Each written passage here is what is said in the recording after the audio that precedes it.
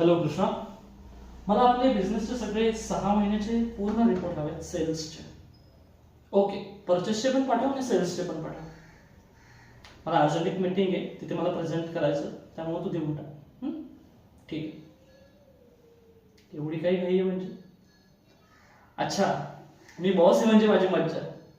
बर, ठीक आहे, मी बोलतो तुझ्याशी नंतर.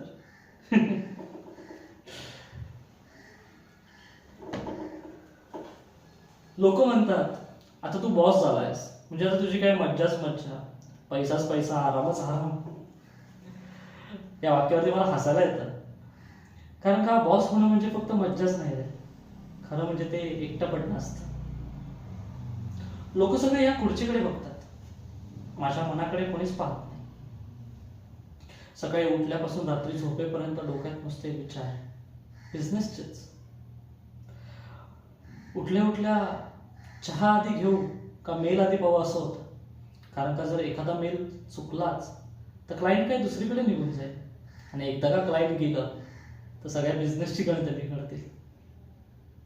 तरीही मी शांत राहतो, कारण का मला माहिती आहे ही खुर्ची म्हणजे फक्त एक स्टेटस नाही, तर एक युद्धभूमी आहे. बॉस म्हणजे फक्त एखाद्याकडनं काम करून घेणे, एखाद्यावरती हुकूमत गाजवणे एवढंच नाही, तर सतत आपली ऊर्जा दुसऱ्याला देणे, त्याच्याकडनं काम करून घेणे आणि स्वतः मात्र चाचपडत राहणे. एखादा निर्णय घेताना भीती वाटते.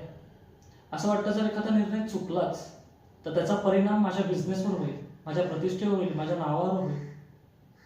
आणि जर यश मिळालंच तर टाळ्या मात्र सगळ्या टीमला.